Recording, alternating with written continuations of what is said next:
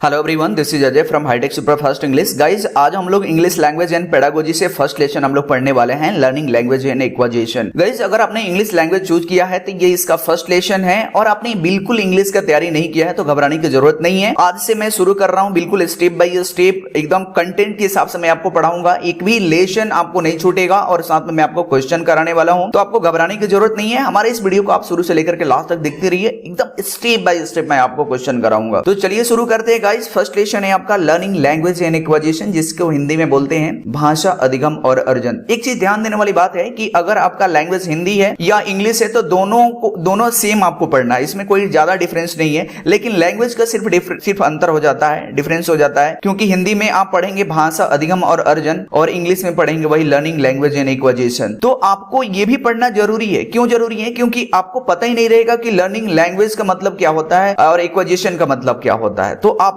English, अगर आपका language है तो इंग्लिश आपको पढ़ना पड़ेगा और हिंदी है तो आपको हिंदी पढ़ना पड़ेगा। ऐसा नहीं है कि अगर आप हिंदी पढ़ लेंगे तो आपका इंग्लिश का काम चल जाएगा। आप समझ लेंगे लेकिन काम आपका नहीं चल पाएगा, इंग्लिश आपको पढ़ना ही पड़ेगा। तो अगर आपका इंग्लिश लैंग्वेज है तो आज से मैं शुरू कर दिया हूं इस लेसन का और हम लोग इस लेसन को स्टेप बाय स्टेप पढ़ेंगे। So let's start guys. सबसे पहले हम लोग जान लेते हैं कि लैंग्वेज क्या होता है। देखिए, language is a medium through which one can express once idea, thought and feeling. अगर मैं भाषा की बात करूं तो भाषा वह माध्यम होता है जिसके जरिए हम अपने आइडिया, थॉट और फीलिंग को शेयर करते हैं, वही लैंग्वेज होता है। About more than 7,100 languages and dialects are spoken in the world. अगर पूरे विश्व में हम बात करें तो 7,100 भाषाएं बोली जाती हैं, जिसमें से आपको डायलेक्ट्स भी आ जाते हैं। तो देखिए, डायलेक्ट्स का मतलब क्या होता है, जिसमें क्षेत्रीय भाषाएं आ जाते हैं। जैसे अगर हम लोग बिहार में हैं तो बिहारी बोलते हैं, गुजरात वाले गुजराती बोलते हैं, तमिलियन बोलते हैं, अरबिक हो गया। अगर विदेशों की अगर बात करेंगे तो अमेरिका में इंग्लिश बोली जाती है। तो पूरी वर्ल्ड में इस प्रकार से 7,100 भाषाएं बोली जाती है। लैंग्वेज फैमिली की अगर मैं बात कर लूं तो इंडो यूरोपियन में आ जाएगा आपको इंग्लिश, गुजराती और हिंदी आ जाएगा।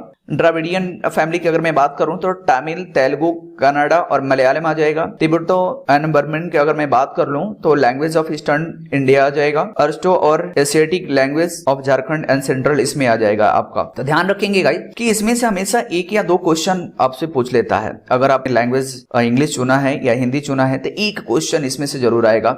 जैसे पूछ लेगा क्वेश्चन आपको कि इंग्लिश किस लैंग्वेज फैमिली में आती है, तो आपको याद रख लेना है इंडो यूरोपियन फैमिली में ये आता है। ये क्वेश्चन तो जरूर आना है इसमें से। बात कर लेते हैं अगर कैरेक्टरिस्टिक ऑफ अ लैंग्वेज, भाषा की विशेषता की अगर मैं बात करूं तो language is a means of communication. देखिए, लैंग्वेज का जो मेन काम होता है वो कम्युनिकेशन के काम आता है, बातचीत करने के काम आता है। इट इज आर्बिट्रेरी, ये स्वच्छंद है, यानी कि जैसे दिखने में होता है वैसे होता नहीं है, जैसे होता है वैसे दिखता नहीं है।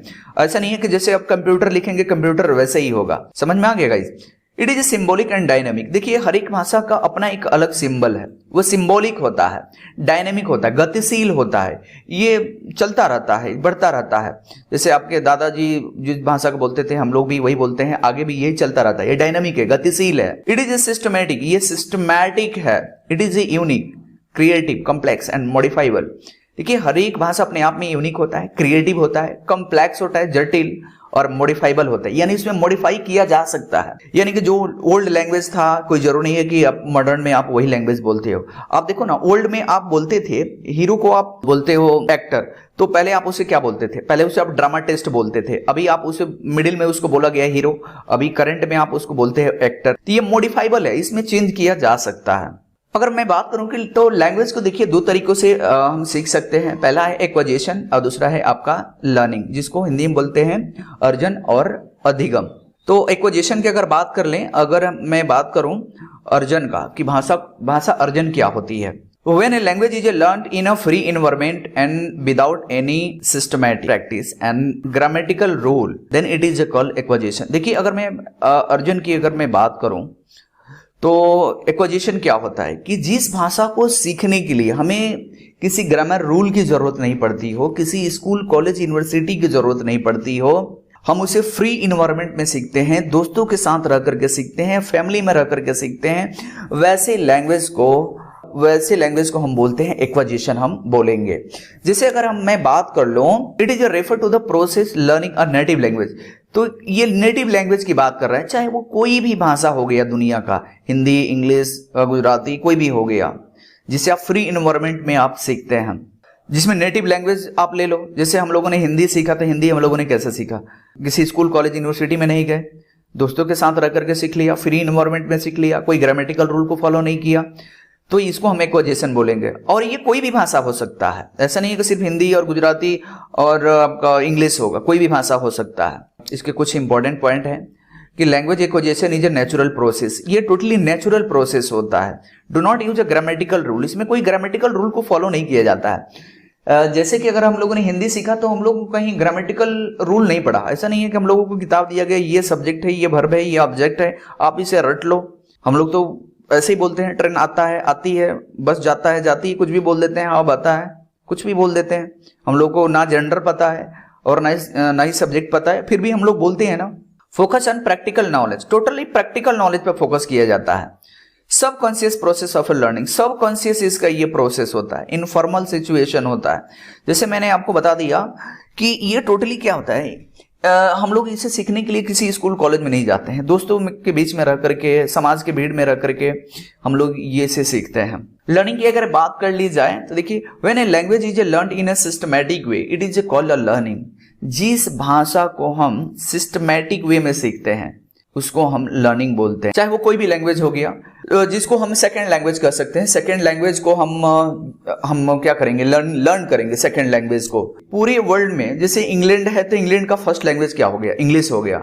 हम लोगों का फर्स्ट लैंग्वेज हिंदी हो गया, समझ में आ गया। तो सेकेंड लैंग्वेज अगर अंग्रेज सीखेगा तो उसका सेकेंड लैंग्वेज अब जो भी हो, हिंदी हो या फिर और भी कोई हो, सेकेंड लैंग्वेज कोई भी अगर वो सीखता है तो उसके लिए उसको कॉलेज, यूनिवर्सिटी, इंस्टीट्यूट जाना पड़ेगा, उसको ग्रामेटिकल रूल पढ़ना पड़ेगा, उसको ट्यूटर हायर करना पड़ेगा, समझ में, उसको टीचर के पास जाना पड़ेगा। तो वो उस लैंग्वेज को क्या करेगा, लर्न करेगा, वो उस लैंग्वेज को सीखेगा। समझ में आ गया गाइस। अब ऐसा नहीं है कि सिर्फ मैं पर्टिकुलर लैंग्वेज की बात कर रहा हूं। अगर हम लोगों को इंग्लिश सीखना पड़े तो हम लोग इंग्लिश कैसे सीखते हैं, तो हम इंस्टीट्यूट में जाते हैं सीखने के लिए, टीचर हमें ग्रामर रूल लिखवाता है, हम लोगों को पढ़ाता है, एक एक चीज प्रोसेस को समझाता है, सब्जेक्ट क्या है, वर्ब क्या है, समझ में आ गया guys. Learning is a meaningful process, ये मीनिंगफुल प्रोसेस होता है, it is a conscious process. वो क्या है, एक्वाजेशन क्या है आपका, सबकॉन्शियस प्रोसेस है, और ये क्या है आपका कॉन्शियस प्रोसेस होता है। It is a totally a formal process. वो आपका एक्वाजेशन क्या था, तो ये आपका इनफॉर्मल प्रोसेस था, और ये आपका फॉर्मल प्रोसेस है, इसमें आपको इंस्टीट्यूट में जाना पड़ता है। Focus on theoretical knowledge, theoretical knowledge पर फोकस करना पड़ता है। हम लोग को ग्रामर पढ़नी पड़ती है, वोके पढ़ना पड़ता है, पता नहीं क्या फलान टिकन टिमकान पढ़ना पड़ता है। ये learn grammar and vocabulary, grammar पढ़ना पड़ता है, वोकैबुलरी पढ़ना, टीचर ने दे दिया भाई रट लो इसको, ये वोकेब ले जाकर के रटो, ये ग्रामर है, सब्जेक्ट वर्ब ये है, ये सब चीजें रटो, आप रटना पड़ता है, पढ़ना पड़ता है, एक एक चीज। समझ में आ गया। ओके, अब मैं बात कर लूं टाइप्स ऑफ लर्निंग का, तो मोटर लर्निंग, मोटर लर्निंग जिसको क्रियात्मक अधिगम कहते हैं, तो मोटर लर्निंग में क्या आ जाएगा आपका, most of our activity in day to day life refer to motor activities like walking, running, driving, climbing. देखिए, जिसमें आपकी मसल्स यूज में आते हो, पूरी बॉडी यूज में आती है, उसको मोटर लर्निंग हम बोलेंगे। एक वर्ड में अगर मैं आपको समझाऊं तो जिसमें आपकी बॉडी मसल्स यूज में आते हो उसको मोटर लर्निंग में आ जाएगा। अब एग्जाम में आपको ऐसा पूछ देगा कि वर्ड ये वॉकिंग जो है किस में आते हैं, तो आपको याद रखना है कि मोटर लर्निंग में आ जाए, क्योंकि इसमें मसल्स यूज होते हैं। रनिंग हो गया, ड्राइविंग हो गया, बस आपको इतना याद रख लेना है। अगर वर्ड लर्निंग की बात करें, जिसको बोलते हैं वाचिक अधिगम या शाब्दिक अधिगम बोलते हैं, तो the language we use to communicate like sign, picture, symbol, word, sound etc are called verbal learning. जिसमें हम क्या क्या यूज करते हैं, वर्बल लर्निंग हम उसको बोलेंगे जिसमें हम साइन यूज करते हैं, जिसमें हम पिक्चर यूज करते हैं, सिंबल यूज करते हैं, वर्ड्स यूज करते हैं, साउंड यूज करते हैं, तो इसको हम बोलेंगे वर्बल लर्निंग बोलेंगे। Okay, conceptual learning, conceptual learning का मतलब होता है विचारात्मक अधिगम होता है। It is a mental process learning like thinking, reasoning and intelligence. देखिए, विचारात्मक अधिगम हम उसे बोलेंगे जिसमें आप अपनी बुद्धि को यूज करते हैं। जैसे समाज में बहुत सारी चीजें होती रहती है और आप आते हैं तो वहां से कुछ सीख करके आते हैं और फिर अपना दिमाग लगाते हैं कैसे होगा, तो इसको हम कंसेप्चुअल लर्निंग हम बोलेंगे।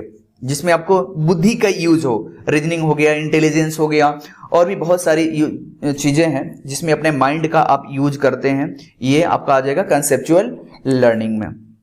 ओके, बात कर लेते हैं अब आपका फैक्टर अफेक्टिंग लर्निंग। इसका मतलब हुआ कि भाषा अर्जन को प्रभावित करने वाले कारक, फैक्टर रिलेटेड टू लर्नर। देखिए सीखने वाले की प्रॉब्लम्स क्या क्या चीजें आती हैं जो इसको अफेक्ट करते हैं, प्रभावित करते हैं, वो है मोटिवेशन। देखिए जब तक मोटिवेशन नहीं होगा आप लैंग्वेज को लर्न नहीं कर सकते हैं। मोटिवेशन बहुत जरूरी है, क्योंकि आप मोटिवेशन अगर आपके अंदर रहेगा तो आप जाएंगे डेली सीखने के लिए, तभी ये पॉसिबल हो पाएगा। रीडनेस एंड विल पावर, इच्छा शक्ति होना चाहिए उसके अंदर। अगर जब तक इच्छा शक्ति ही नहीं होगा तो कैसे सीखेगा। अगर आपको लगता है कि मुझे इंग्लिश सीखनी चाहिए तो आप इंस्टीट्यूट जाएंगे, आप कॉलेज जाएंगे, आप उसके ऊपर पूरा अपने माइंड को कंसंट्रेट करेंगे। जब आपके अंदर इच्छा शक्ति ही नहीं होगा तो आप कैसे आप सीखेंगे। एबिलिटी टू द लर्नर के पास एबिलिटी होना चाहिए। ऐसा नहीं है कि वो एबल ही नहीं है, जब एबल ही नहीं रहेगा तो वो कैसे सीख पाएगा। अटेंशन होना चाहिए, ध्यान बिल्कुल उसको होना चाहिए, उस पर ध्यान अगर नहीं देगा तो वो नहीं सीखेगा।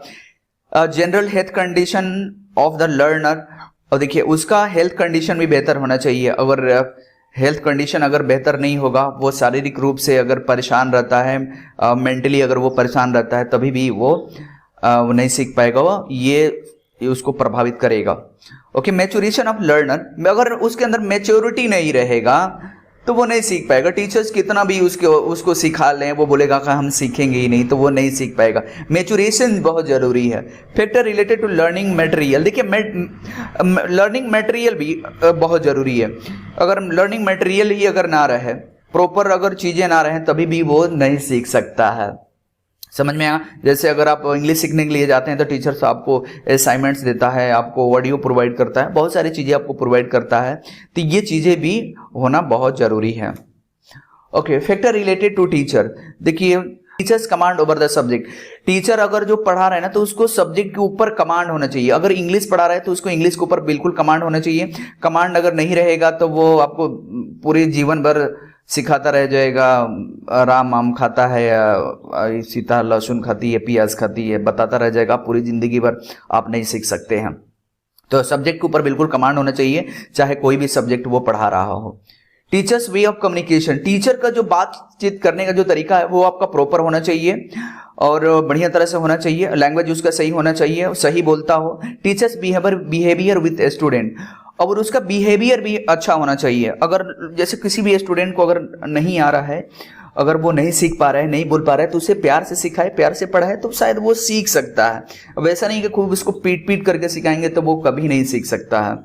समझ में आ गया गाइस। अब देख लेते हैं कि नॉम चॉम्स्की ने लैंग्वेज एक्विजिशन के बारे में क्या बात किया हुआ है। नॉम चॉम्स्की कहते हैं कि द लैंग्वेज एक्विजिशन डिवाइस, जिसको शॉर्ट में LAD बोला जाता है, is a claim from a language acquisition research prospected by a Noam Chomsky in the 1960। The late concept is a prospected instinctive mental capacity which enable an infant to acquire and produce a language.